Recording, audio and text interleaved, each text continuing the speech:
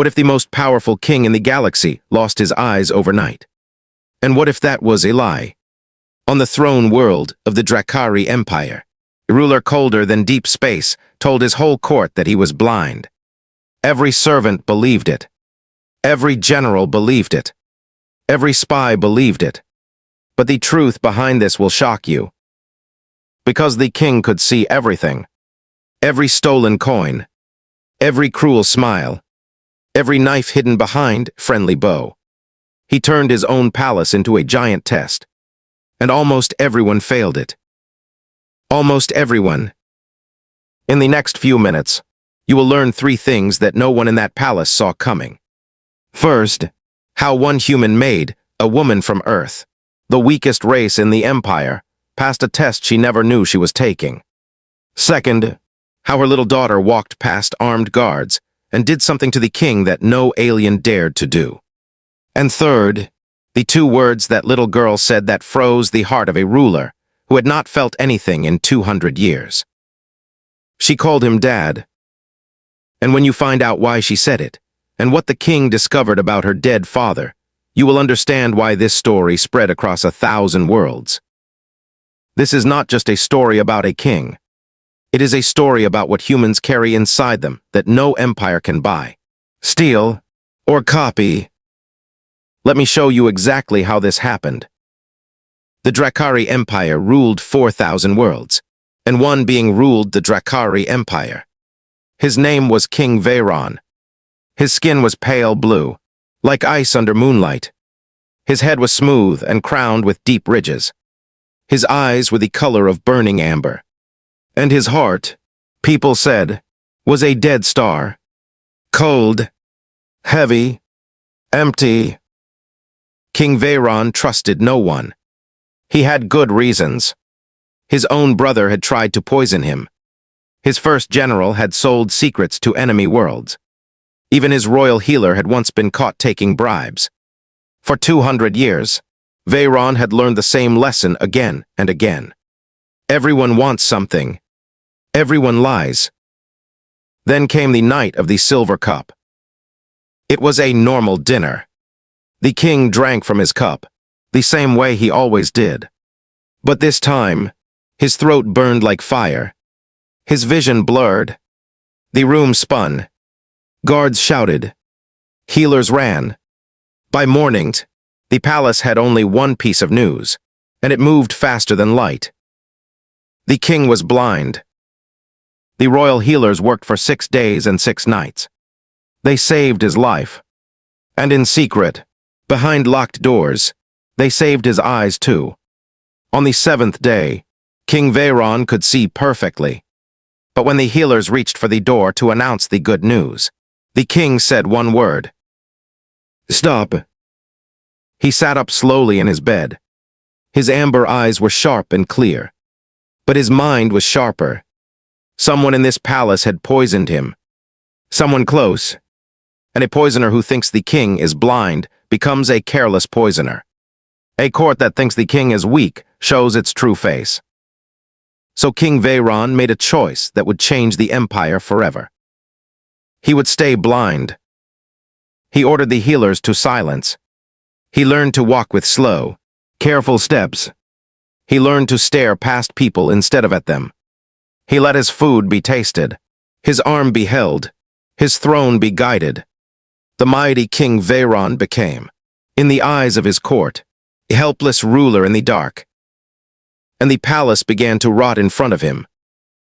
He watched a noble lady steal rings from the royal display, smiling at his blank face as she did it. He watched 2 ministers mock him with rude hand signs during meetings, while their voices stayed sweet as honey. He watched a guard spit near his boots. He watched servants take food from his own table. Every day, his cold heart grew colder. Every day, his list of traitors grew longer. Then, on the 9th day, he noticed her. She was a human, the lowest rank in the palace. Humans had joined the empire only 30 years ago, after the border war. Most Drakkari saw them as weak little creatures from a muddy planet called Earth. The palace kept a few as cleaning staff, mostly out of pity. Her name was Sarah Cole. She was a widow. She cleaned the East Wing, where the king now spent his days. And she did something no one else did. She treated the blind king like a person. When she entered his room, she said, "Good morning, Your Majesty. It's Sarah. The sun is out today, and the sky is gold and purple." No one else described the world to him. When she set down his tea, she gently tapped the cup twice so he could find it. When a cruel guard laughed at the king behind his back, Sarah turned and said, "Quiet but firm. He can still hear you. Have some shame." The guard could have had her whipped. She said it anyway. King Veyron did not understand it. She gained nothing. She asked for nothing. She did not know he was watching. And yet, every single day, this small human woman guarded his dignity like it was treasure. The king told himself it was a trick. A long game. Humans were clever. Everyone knew that. He decided to watch her more closely than anyone. He had no idea that the real test was about to walk through his door on 2 small feet, carrying a piece of bread and a head full of questions. Her name was Lily. She was 6 years old. She had big brown eyes, a high ponytail, and absolutely no fear of anything. Children were not allowed in the royal wing. Everyone knew that. But Sarah had no one to watch her daughter that afternoon, so Lily was supposed to sit quietly in the supply room and wait. Lily lasted 10 minutes. Then she saw a tall golden door, slightly open, and curiosity pulled her in like gravity. King Veyron heard the small footsteps and kept his eyes half closed, staring at nothing. He expected a servant. Instead, a tiny voice said, "Well, your chair is huge." The king did not move. The little human walked right up to his throne bed, where he lay resting. She studied his pale blue face. She studied his silver armor. Then she noticed the glowing medical panel beside him, the machine that tracked his health. It was beeping in a slow, broken rhythm. "That sounds wrong," Lily said. "Our heater at home beeps like that when it's stuck." And before any guard could stop her, before the king could decide what to do, the 6-year-old reached out and started tapping the holographic screen. The king's muscles tensed. One wrong touch could trigger alarms across the palace. But Lily's small fingers moved with care. Tap. Swipe. Tap. She had watched the palace techs fix panels in the hallway 100 times. The broken rhythm smoothed out. The beeping turned soft and steady. "There," she said, proud of herself. "Fixed it." Then she did something even stranger. She pulled a piece of bread from her pocket, broke it in half, and placed one half in the king's gloved hand. "Mom says you can't see," she said. "That's sad. Bread helps when I'm sad. It's the soft kind." King Veyron, ruler of 4,000 worlds, sat frozen with half a piece of bread in his hand. In 200 years, no one had given him anything without wanting something back. Nobles gave him gifts to win favors. Generals gave him victories to win power. This small creature gave him bread because she thought he was sad. "Why are you not afraid of me?" he asked. His voice was low and rough. Lily shrugged. "You look lonely, not scary. Lonely and scary are different." Guards finally rushed in and pulled the child away, whispering apologies in panic. The king said nothing. He let them believe he barely noticed. But that night, for the first time in 200 years, King Veyron ate something that was not tested by 3 royal tasters first. He ate a piece of soft bread, and it was the finest thing he had ever tasted. After that day, the king made a quiet order that confused his entire staff. The human maid Sarah Cole would now clean his private chamber daily. And if her child came along, no one was to stop her. The palace whispered. The nobles laughed. The blind king is keeping human pets. They said, "Let him. It changes nothing." But everything was changing. Lily started visiting every afternoon. She described clouds to him. She told him stories about Earth, about dogs, about snow, about her school back home. She asked him 1,000 questions. What do kings eat? Do you have a mom? Why is your head so shiny? No one had dared ask the king anything in decades. This child asked him everything. And slowly, carefully, the king began to ask his own questions. Where is your father? Little one. Lily went quiet for the first time. She picked at the edge of her sleeve. He was a soldier. He died before I was born. Mom says he was the bravest human in the war. Then she looked up at the king's unseeing eyes. I never got to call anyone dad. Isn't that weird? It's my favorite word, and I've never used it. Something moved in the king's chest. Something old and buried. He told himself it was nothing. Meanwhile, in the dark halls of the palace, the real danger was growing. General Malric, commander of the royal fleet, had watched the blind king stumble for weeks. And in a sealed room, with 5 trusted officers, the general finally said the words out loud. A blind king cannot rule. The throne should belong to the strong. We move at the festival of stars. The king's spies heard nothing. The king's guards saw nothing. But a little girl who wandered the palace every afternoon, she was about to hear everything. The festival of stars was 12 days away. The whole palace buzzed with preparations. Banners of gold and deep blue. Tables of glowing fruit. Musicians from 100 worlds. It was the one night every noble, every general, and every officer stood in the same great hall. It was the perfect night for a coup. General Malric moved his pieces quietly. A guard replaced here.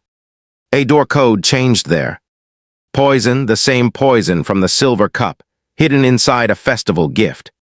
This time, the dose would not blind the king. It would end him. And in the chaos, Malric would step forward, take command, and save the empire. King Veyron suspected nothing about the festival. But he had not been idle. Every day, he pretended to sleep on his throne bed, eyes closed, breathing slow, while his court showed its rotten heart.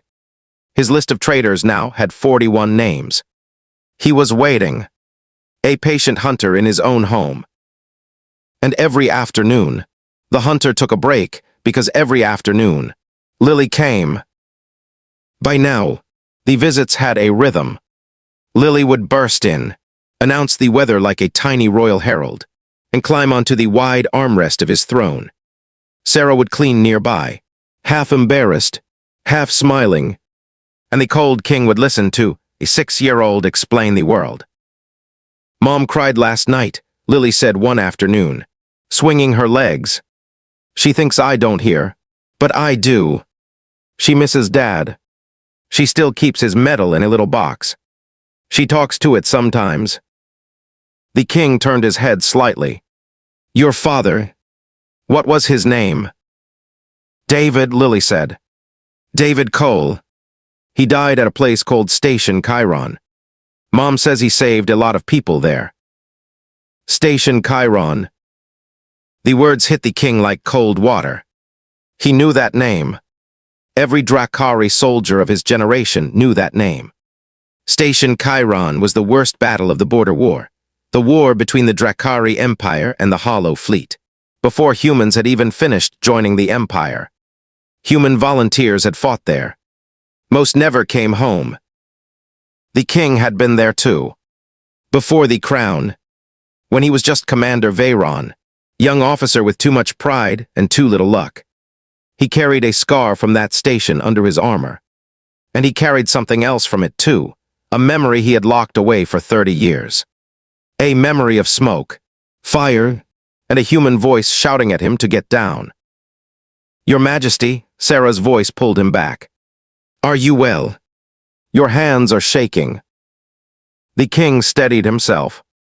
I am fine, he lied. The cold. That night, alone, King Veyron did something he had not done in decades. He opened the old war records himself. No assistants. No ministers. His amber eyes, his secretly perfect eyes, scanned thousands of names from Station Chiron. Searching, hoping he was wrong, hoping he was right. He did not even know which. He did not find the answer that night. The human records from the war were a mess, half lost, half sealed by the old council. He ordered the sealed files brought to him quietly, and they would take days to arrive. He did not have days of peace left. Because 3 days later, Lily got lost. She had wandered too deep into the West Wing, chasing one of the palace's 6-legged cats. She ducked through a service door to grab it and froze. Voices, sharp and low, in the next room. Grown-up voices that sounded wrong. Lily had learned one thing from palace life. When adults whisper like that, you stay quiet. Through the gap in the door, she saw General Malric. Tall, gray-skinned, a face like a knife. He was holding a small black vial, and he was smiling. 3 drops in the festival wine, Malric said. The blind fool drinks the first toast. He will be gone before the second song. And by morning, the throne is ours. Lily did not understand every word, but she understood 3 things very clearly. The blind fool meant her friend. The black vial meant poison, like in her storybooks, and by morning meant soon. She backed away on silent feet, her heart pounding like a drum, the cat forgotten. She had to tell someone. She had to tell him. But when she ran toward the royal wing, a guard in Malric's colors stepped into her path and looked down at her with cold, narrow eyes. And where, he asked slowly, do you think you're going, little human? Lily looked up at the guard. He was 3 times her size. His hand rested on his weapon. Somewhere behind her, in a sealed room, men were planning to murder her friend.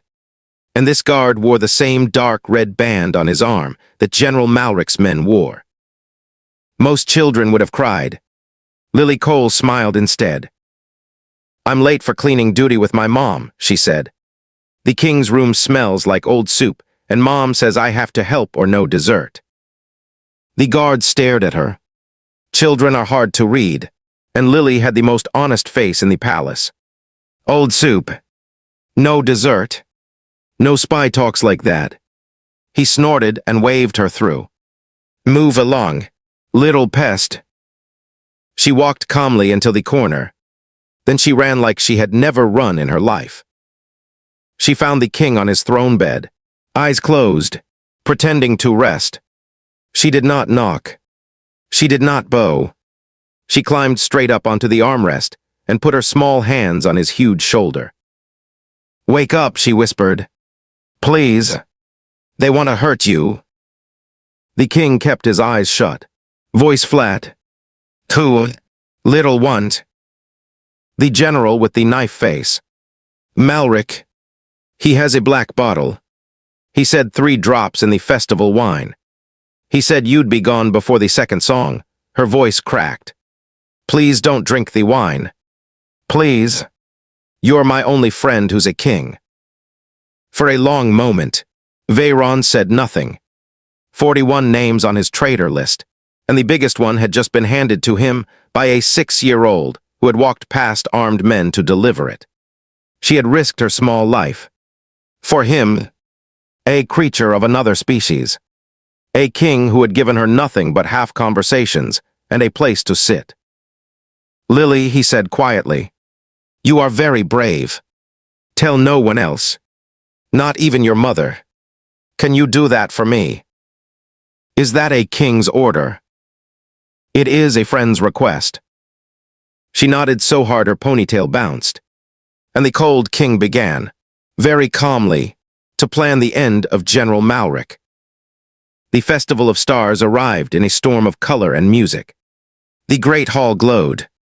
1,000 nobles in their finest robes. Malric stood near the throne, dressed in honor black, the perfect image of loyalty. The festival wine was poured into the king's ancient golden cup.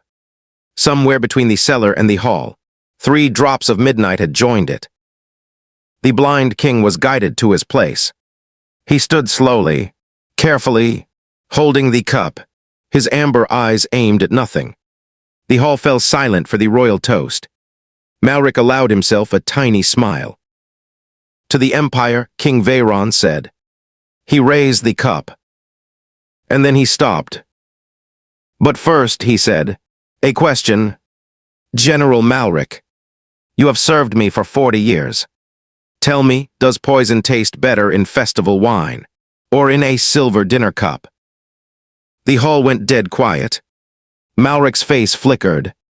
Your Majesty, I don't understand. No, the king turned his head.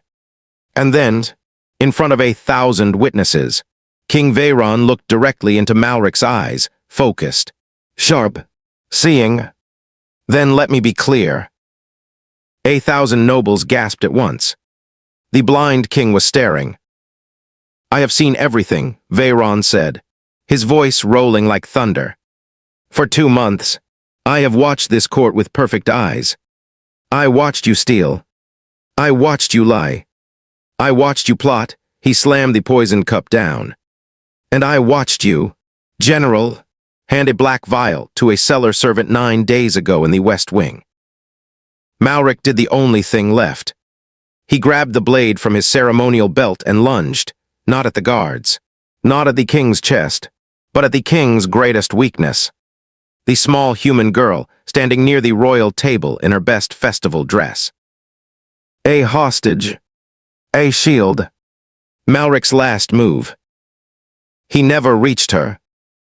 Sarah Cole, palace maid, lowest rank in the empire, threw herself between the blade and her daughter. The knife tore across her shoulder as guards crashed into Malric from 3 sides. The general went down under a wall of armor. Sarah went down too, blood spreading across her gray uniform, Lily screaming her name. And the court learned something new that night about their cold, untouchable king. Because King Veyron, ruler of 4,000 worlds, did not stay on his throne. He crossed the hall in 5 strides, knelt on the floor like a common soldier, and gathered the wounded human Maid into his own arms. Healers, he roared, and the walls themselves seemed to shake. Now, Sarah woke up 3 days later in a room she did not recognize. The bed was too soft. The ceiling was too gold. Her shoulder was wrapped and healing, the pain only a dull whisper thanks to Dracari medicine. And in a chair beside her bed, a chair far too small for him, sat the king of the Dracari Empire, asleep sitting up, with Lily curled on his lap like a sleeping cat. Sarah tried to sit and failed. The small sound woke him instantly. Don't move, he said. The healers say 2 more days. Your Majesty, this room, I can't be here. You can, he said simply. It's my palace. I checked. It took Sarah a moment to realize the cold king had just made a joke. It took her another moment to understand everything else. The festival, the knife, the whole hall watching as he carried her himself to the medical wing. Festival robes ruined, while nobles stood frozen in shock. Over the next 2 days, the truth of those 2 months came out piece by piece. The fake blindness, the test, the 41 traitors arrested in a single night, with Malric at the top of the list. The palace had been cleaned out from top to bottom, not by an army, but by patience, silence, and the sharp eyes of a king everyone thought was helpless. You saw everything, Sarah said quietly. Every day I described the sky to you. You could already see it. Yes. Why didn't you stop me? The king was quiet for a long time. Because in 200 years, he said, no one had ever tried to give me the sky. On the 3rd day, the sealed war files finally arrived. The king opened them alone, as he had planned. But this time, he found what he was looking for. A grainy battle report from Station Chiron, 30 years old. A list of human volunteers. and one entry that made the ruler of 4,000 worlds sit down slowly, like an old man. Sergeant David Cole, human volunteer, second wave, killed in action while shielding a wounded Drakkari officer from a plasma blast during the fall of the East platform. The officer survived. Sergeant Cole did not. The officer's name was listed at the bottom of the report. Commander Veyron. The voice in the smoke. The hands that shoved him down. The human stranger who had taken the blast meant for him and vanished into the fire before Veyron ever saw his face. For 30 years, the king had told himself it was a dream. Because the truth was too heavy, he owed his life, his crown, his entire reign to an unknown human who had died without a word.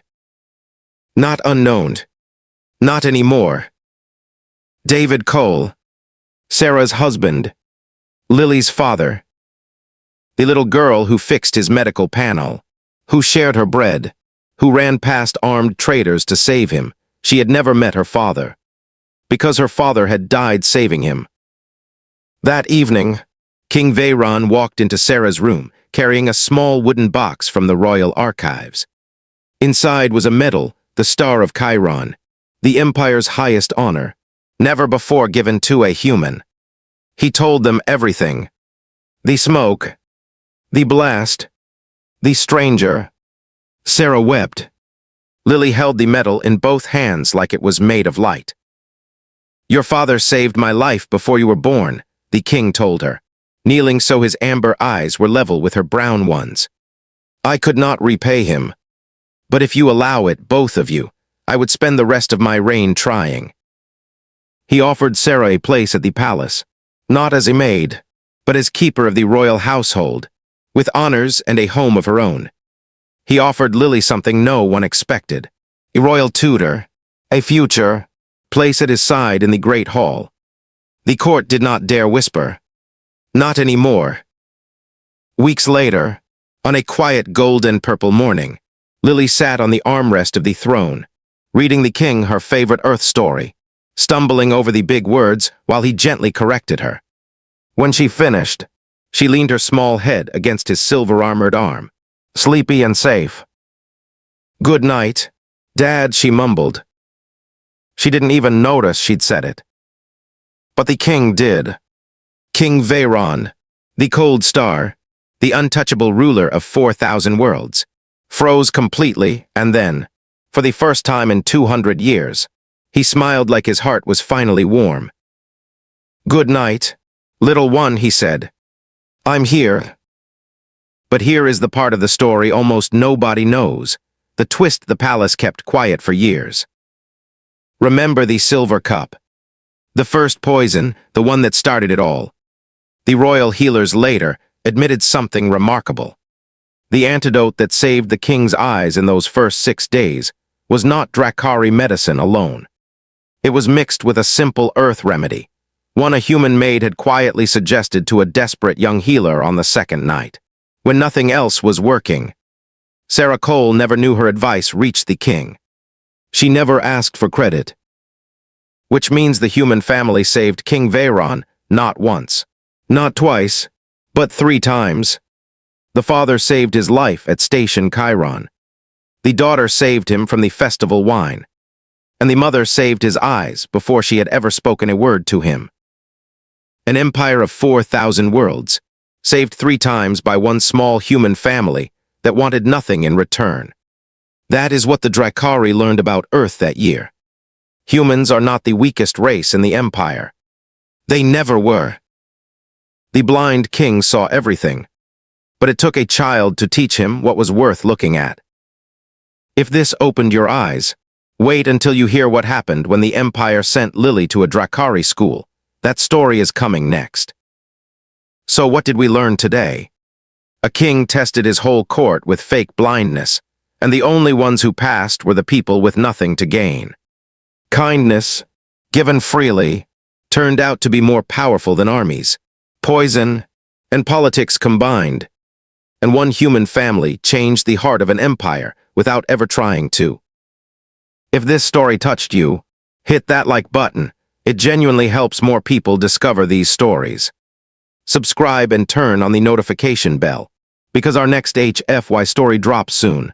Alien school mocked the human girl until the Emperor walked in as her dad. You do not want to miss how Lily handles 400 alien classmates. And if you love stories where humanity proves its worth among the stars, check out the full HFY playlist on our channel. Start with our most watched story, linked at the end of this video. Now here's this week's question, and I read every comment. If you were King Veyron, would you have revealed the truth at the festival in front of everyone, or arrested Malric quietly in the dark? Tell me your choice in the comments, and tell me why. Until next time, stay kind. It might just save an empire.